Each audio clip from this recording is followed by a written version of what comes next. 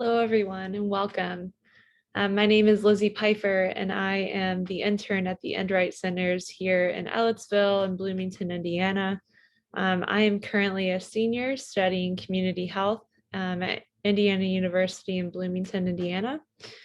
And I will be graduating in May and continuing my studies in graduate school to become a physician assistant. So today I'm going to be talking to you about controlled breathing techniques, and not even necessarily breathing techniques, but controlled mindful techniques in general. And so this lecture is for the month of March. So let's dive right into it. So what is controlled breathing? Controlled breathing is deliberately following a breathing pattern. And this is in order to maximize the amount of air in your lungs, slow down your breathing, and it also helps to make each breath as effective as possible.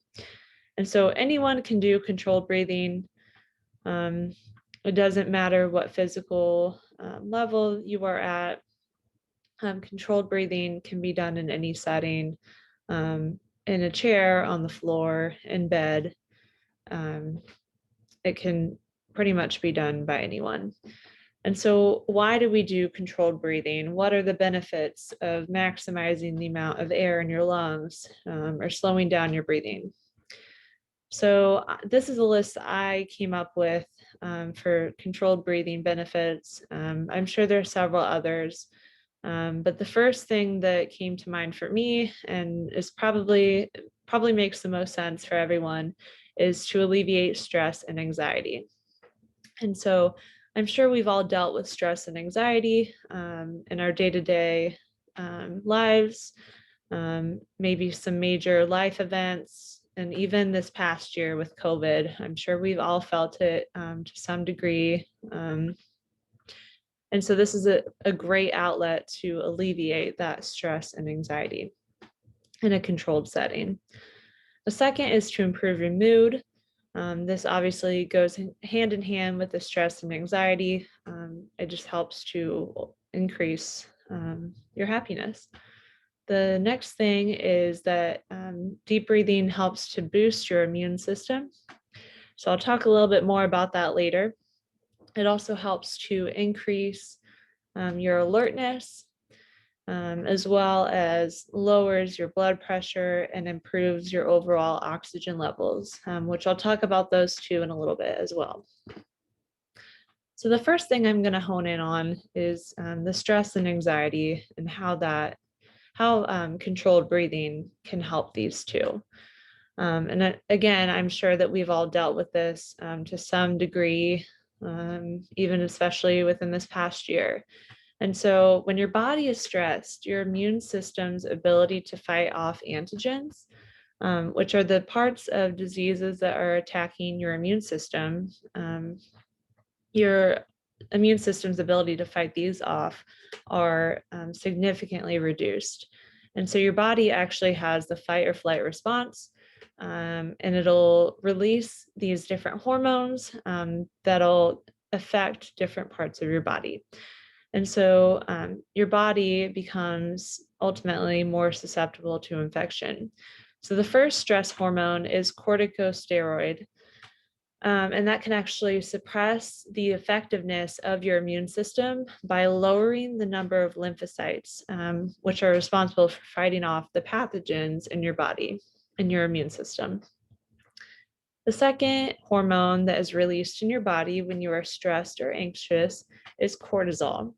And so this can actually affect many parts of your body. I outlined this a little bit in my last lecture that I did back in February. It was called Healthy Heart. And I talked about how cortisol from stress can actually increase things such as your blood pressure and even your blood sugar. And so it can actually have an effect on a lot of different parts of your body that many people don't realize. So it's important to keep that stress down. Deep breathing also puts your body in this relaxation state, is what we call it. And it will send a message to your brain to be calm and relaxed.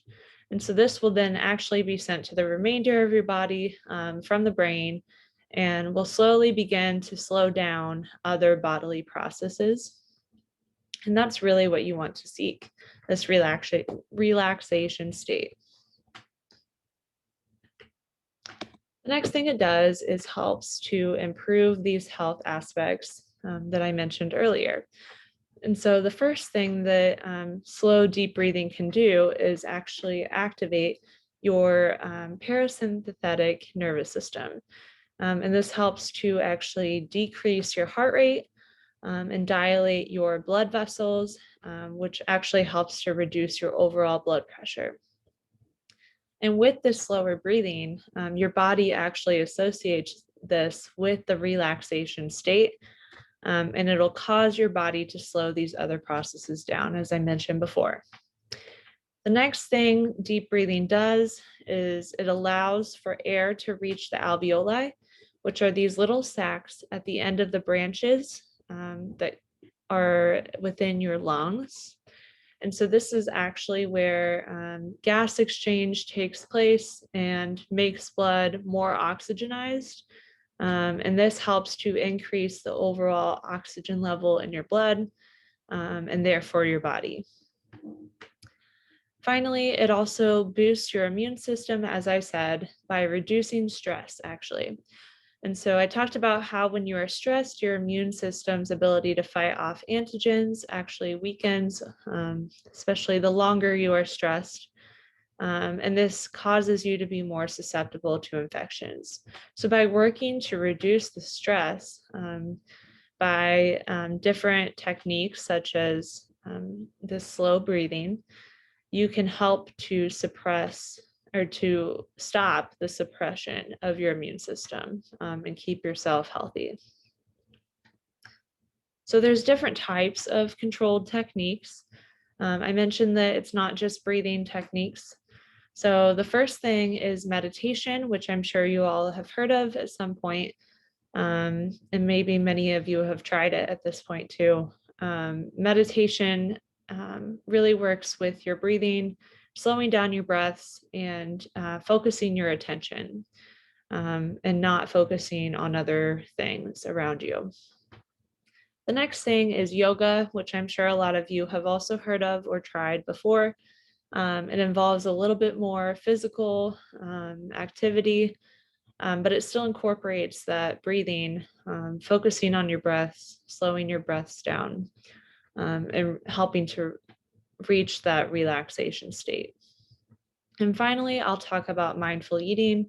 And if anyone's in the Healthy Lifestyle Challenge on Tuesdays, we actually just talked about this last week. But mindful eating involves focusing your attention on the food that is in front of you and not having distractions. So I'll talk a little bit more about these three. So the first thing is meditation. It's known as the maintenance for the mind. And so meditation is the act of giving your attention to one thing. And so many people will focus on one specific thing. Oftentimes it's your breathing in conjunction with something else. And this helps to slow down your breathing because you're focusing on it. And it helps to produce this deep state of relaxation, which is your ultimate goal again. And so it focuses your attention and not on all of the thoughts in your mind, which is really easy to have. And so meditation helps to clear everything else in your mind and focus on having peace within. The next thing is yoga. And so it actually also incorporates controlled breathing and meditation. And like I said, it involves a little bit more physical activity. It helps to increase body awareness. It relaxes your mind and it increases clarity and calmness. And so these all contribute to this overall relaxation state that is the ultimate goal for all of us. And mindful eating. And so mindful eating isn't necessarily a controlled breathing technique, as I've mentioned before, Rather, it's a controlled mindful technique. And so mindful eating actually focuses on a person's sensual awareness of the food that they're consuming, and the food that's in front of them, and just their experience with it all. And so mindful eating can help to distinguish between your physical and emotional hunger. So that means physical hunger is your body's need for food. And that's when your stomach's growling. You have all of those different physiological responses. And emotional hunger involves eating when you're stressed, eating when you're upset, which I'm guilty of, and I'm sure many of you all are too. It's really easy to do. And so mindful eating can help free yourself from these unhealthy habits, and focus on eating what you need to fuel your body. And finally, it helps to promote better digestion, especially in the long run. The longer you keep up mindful eating, the healthier your mind and your physical body will be. So they have many tips out there for mindful eating. If you have any questions specifically about mindful eating, if you would like to get involved in this, you can always ask me if you have any questions. It's also important to talk to your healthcare provider about this and make sure that it's the best thing for your health, and maybe see if they have better tips as well. But the tips that I have for you today, the most important, I think, is to sit at a table. This sounds really silly and such a simple thing, but sitting at a table helps you focus your attention on what you are eating, what's in front of you, and not being distracted by other things. And so sitting at a table can be really beneficial for mindful eating. They also say to drink more water, which helps with many different things for your overall health, but it also helps make you feel full longer, in addition to hydrating your body. And so examples of mindful eating can be taking a break to breathe and assess your fullness, making sure you're not overeating. It's really easy to have a plate in front of you, especially at a restaurant with big portions, and just eat it all because it's in front of you and you're trying to finish your plate. You can also chew slowly and notice each bite that you're putting into your mouth. Each bite is food that you're using to fuel your body. It's also important to eat away from distractions such as the TV or computer, or even talking on the phone. It's really easy to get distracted talking to someone else and you're mindlessly putting food in your mouth. It's also easy to eat while you're driving, while you're on the go. Many people might have some busy schedules, but it's important to take some time to eat out of your day and, again, fuel your body. And so how do we begin this journey? How do we start with controlled techniques? So I think the most important thing is to find something that works best for you. And I think it's important to look into things such as different YouTube videos, and continue to search for things that work. For example, until you find something like a channel or a specific person that speaks the best to you, and you feel like you can improve the most from them. It's also important to stick to a routine. They say it takes about 12 weeks to form a healthy habit, or just a habit in general. And so you may not see an immediate change at first. Sometimes you might notice a change one day, but your stress is so high another day that you feel like you're back to square one. And you might have some good days and some bad days. And it's important to keep that routine no matter what's happening. Keep that routine incorporated into your weekly schedules, and you will notice a difference over time. It may not be immediately, but it'll happen eventually.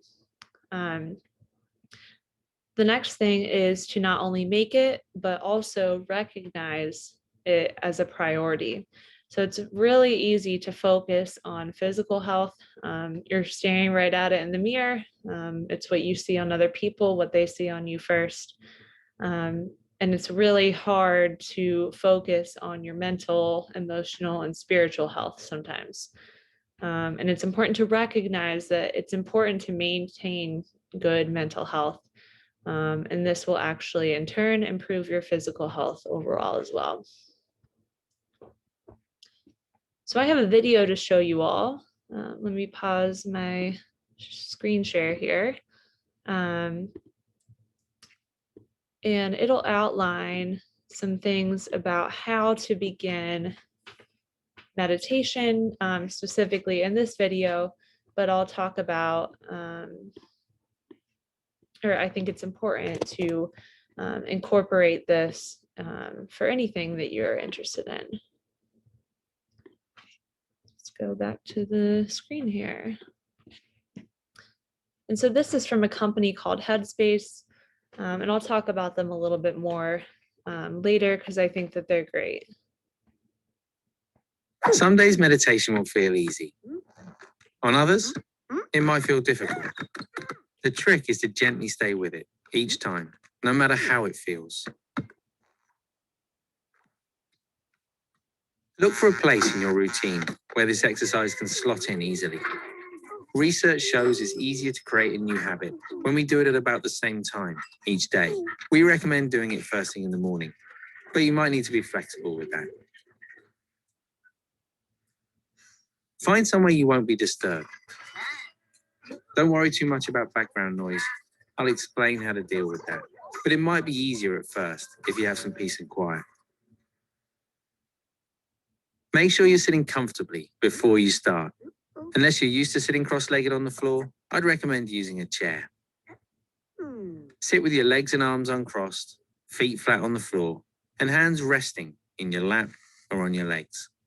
Try to keep your back straight, but not too tense. If you need it, a small cushion or a rolled up towel under your backside will help keep your back straight. And that's it. You're now ready to get some headspace.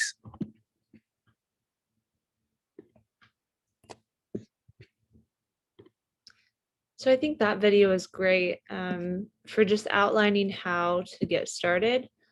And I think it's important to understand that it might not be easy at the beginning. It might feel kind of weird even at the beginning, especially if you haven't done something like that before. So starting with those 3 simple steps could really make a difference for you. So let's move on to the last slide here. I'm going to talk about some resources for beginning your practice. So I think it's really smart to start out with something simple and easy to repeat. So the first thing that I found was the 4-7-8 technique. So they say to close your mouth and inhale through your nose to a mental count of 4. Then they say to hold your breath for a count of 7. And then they say to exhale through your mouth and making a whoosh sound to a count of 8. And they say to continue this cycle for about 3 to 4 times for a total of 4 breaths.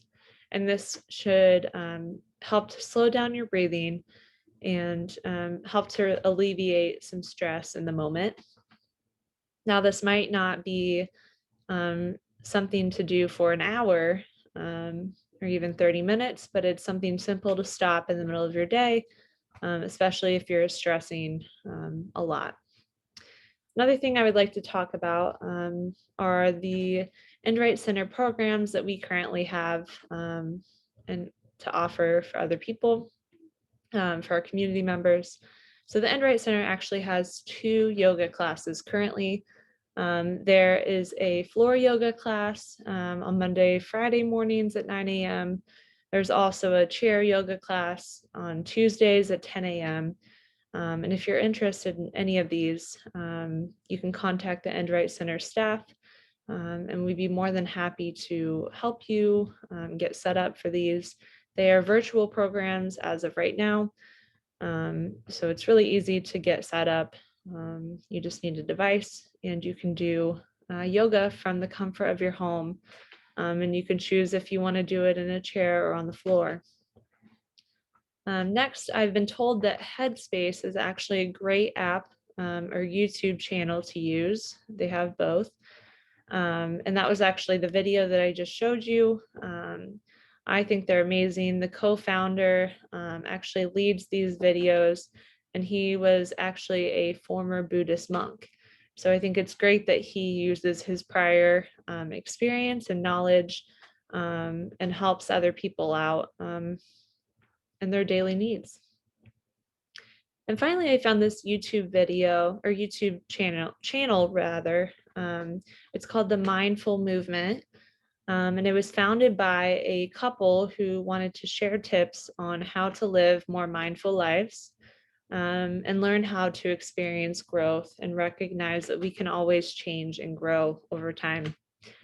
And so they offer different meditations with different moods and themes from what I've seen to match your needs and what you're looking for in your controlled technique journey. And so that's really all I had for you today. I just think it's important to highlight that controlled techniques can really be done by anyone.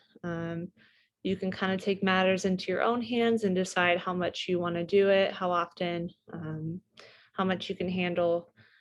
And it's important to recognize that there's many different health benefits from taking time out of your day for yourself, learning to breathe properly, and release some of that tension and stress, especially after a long year. I'm sure we all need it, and I think we all deserve it. It's important to prioritize our mental health among all of the different health aspects. So yeah, if anyone has any questions, don't hesitate to reach out to me or any of the other Endright staff, and they can direct the questions to me. Or if you happen to catch me in one of our Zoom classes that we have for the month of March or beyond, I'd be more than happy to answer any questions or have a conversation. So I appreciate you all listening to me today, and I hope you all have a great day. Thank you.